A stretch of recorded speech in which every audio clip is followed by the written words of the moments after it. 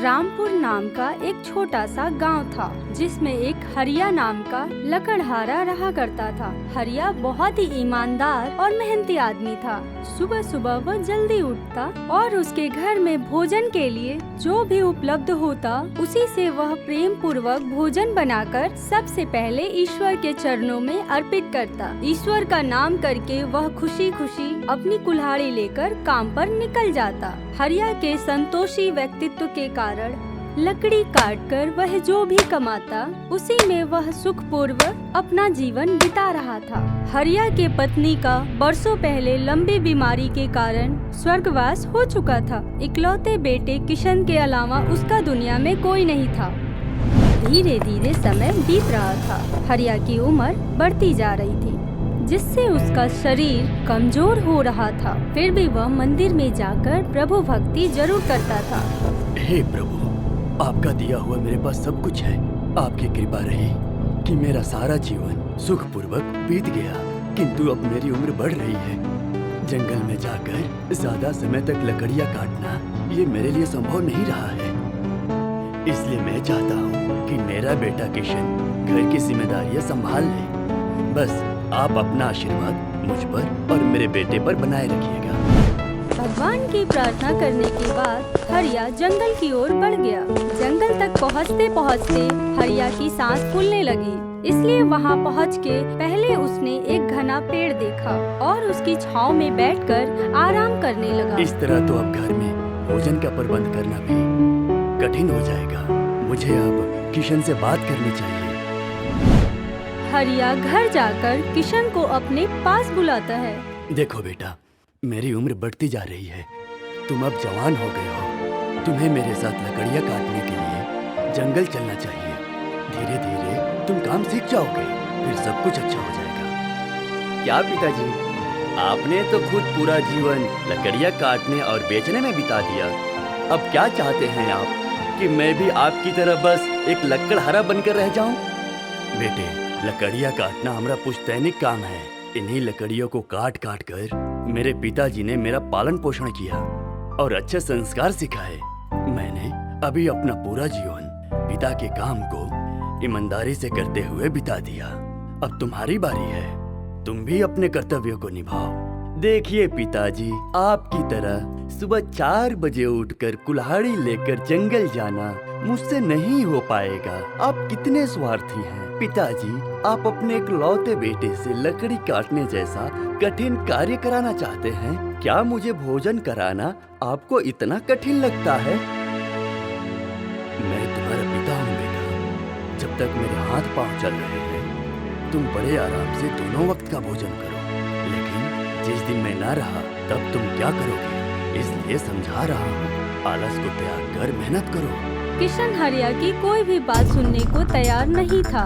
मेहनत तो उसने कभी जीवन में की ही नहीं थी, इसलिए मेहनत करने के नाम के बारे में सोचकर उसे पसीने छूटने लगते थे और वो मन ही मन लगता है पिताजी मेरा पीछा नहीं छोड़ने वाले। इसलिए वह गांव में घूमकर कोई कम मेहनत वाला काम ढूंढने लगता है। पिताजी, आपको क्या लगता है गधे की तरह मजदूरी करने से जीवन चल सकता है? आप बस देखते जाइए। मैंने अपने लिए एक बहुत ही आराम वाला काम खोज निकाला है। अपने बेटे की बात सुनकर हरिया उसे कुछ नहीं बोलता और जाकर अपना भजन करने लगता है। हे प्रभु, मेरे बेटे को सद्बुद्धि देना। आपसे बस इतनी ही कामना है। मुझ गरीब के बुढ़ापे का एक ही सहारा है। अगले दिन हरिया लकड़ी काटने जंगल की ओर निकल जाता है और उसका बेटा किशन सेठ मुकुंद लाल के यहाँ काम करने के लिए निकल पड़ता है। अरे किशन, 10 बज रहे हैं। अब कौन से वक्त का चारा खिलाओगे तुम भैंसों को?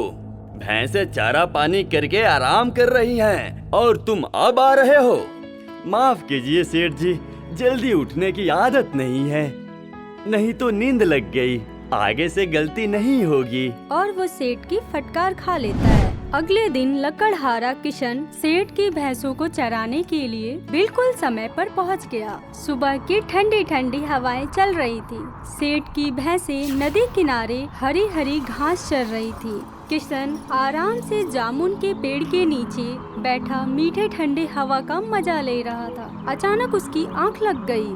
आंख लगी तो लगी उस ठंडी ठंडी हवाओं में ऐसी नींद लगी कि वह पूरा दिन पेड़ के नीचे मजे से सोता रहा। अचानक उसकी नींद खुली तो वह चौंक कर उठ बैठा, आसपास नजर घुमाई तो देखा दिन ढलने को गया था। अरे बाप रे, मैं तो पूरे दिन सोते ही रह गया।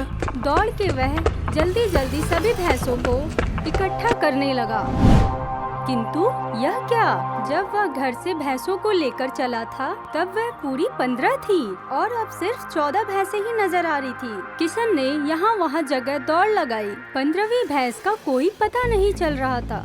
न जाने वह चारा खाते खाते दूसरे गांव निकल गई या नदी में गिरकर डूब गई। अब तो किशन का दिल घबराने लगा, अपने आलस्य के कारण बड़ी मुसीबत में फंस गया था। किसी तरह डरते डरते वह सेठ के घर आया और उसने सारी घटना कह सुनाई। अरे मूर्ख, तेरे जैसे कामचोर आदमी को काम पे रखकर मैंने अपने पैरों पर खुद कुल्हाड़ी मार ली है। गांव भर में लोग तुझे आलसी कामचोर सही कहते हैं। कहाँ तो तेरा बाप इतना मेहनती और कहाँ तू अपने बाप के माथे पर कलंक। सेठ, आपके भैंस का हर जाना मैं भर दूंगा, लेकिन आप मुझसे इस तरह बात नहीं कर सकते। अरे तेरे जैसे निकम्मे को गांव भर में कोई काम नहीं मिलने वाला। मेरा पैसा क्या तू डाका मार कर चुकाएगा? सेठ की बातें सुनकर किशन दुखी मन से घर आता है। अब तो गांव भर में आलस्य के चर्चे हर जुबान पर चढ़ गए थे। पिताजी, मैं भी आपके साथ लकड़ी काटने जाऊंगा, पैसा कमाऊंगा और सेठ के मुंह पर पैसा मारूंगा। अगले दिन सुबह ही हरिया की तबीयत खराब हो जाती है और वे जंगल में लकड़ी काटने नहीं जा पाता। किशन अकेले ही पिता की कुल्हाड़ी हाथ में लेके लकड़ी काटने को निकल पड़ता है। जंगल में पहुँचते पहुँचते ही उसे थकान होने लगती है और भूख से कमजोरी महसूस होने लगती है। वह कागज में लिपटी हुई रोटियां निकाल कर खाने लगता है। खाने के बाद तो मुझसे हिला भी नहीं जाता। सच में बहुत नींद आ रही है। ऐसा करता हूँ, थोड़ी देर आराम कर लेता हूँ। यहाँ कौन सा मुझे सेठ की भैंस गुम होने का डर है। सोकर उठूंगा तो झटपट लकड़ियाँ काट लूंगा। ऐसा विचार करके किशन पेड़ के नीचे सो जाता है। कई घंटे बीत जाते हैं, लेकिन आलसी किशन तो चैन की बंसी बजाते हुए नींद ले रहा था। उधर ब्रह्मलोक में भी बैठे भगवान विष्णु किशन की हरकतें देख रहे होते। नारायण नारायण, प्रभु हरिया ने तो जीवन भर सच्चे मन से आपकी भक्ति की है। निवाला मुंह में रखने से पहले हमेशा आपको भोग लगाया है। माफ कीजिए भगवान, किंतु उसके साथ न्याय नहीं हुआ है। भरी जवानी में पत्नी चली गई, जीवन भर कठोर तप करके बेटे को बड़ा किया तो वो भी निकला आलसी निकम्मा। इस तरह से तो आपकी भक्ति पर प्रश्न चिन्ह लग रहे हैं भगवान।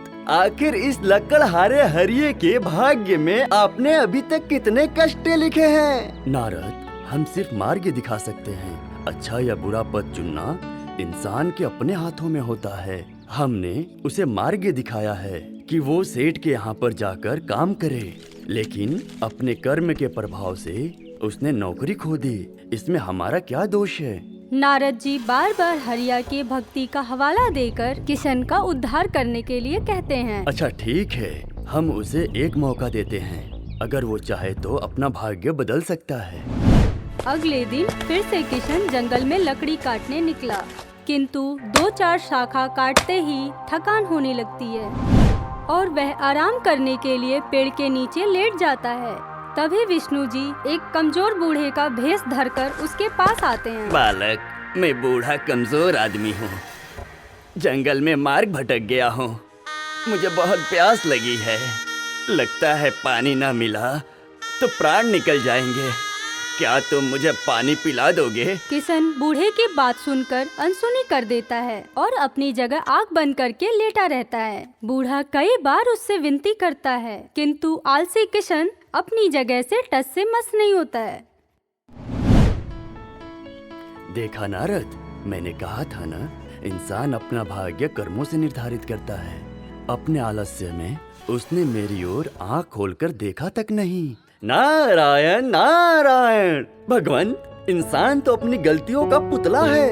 आप किशन को एक मौका और प्रदान करें। अगले दिन भगवान फिर से बूढ़े का भेष धरकर किशन के पास पहुँचे। उस समय वह लकड़ियाँ काट रहा था। सहयोग से हरिया भी किशन के साथ ही आया था।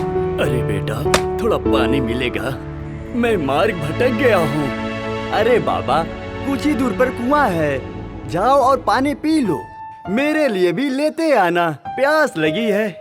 मैं एक बूढ़ा हूँ, इस आयु में कुएं से पानी खींच पाना मेरे लिए संभव नहीं है।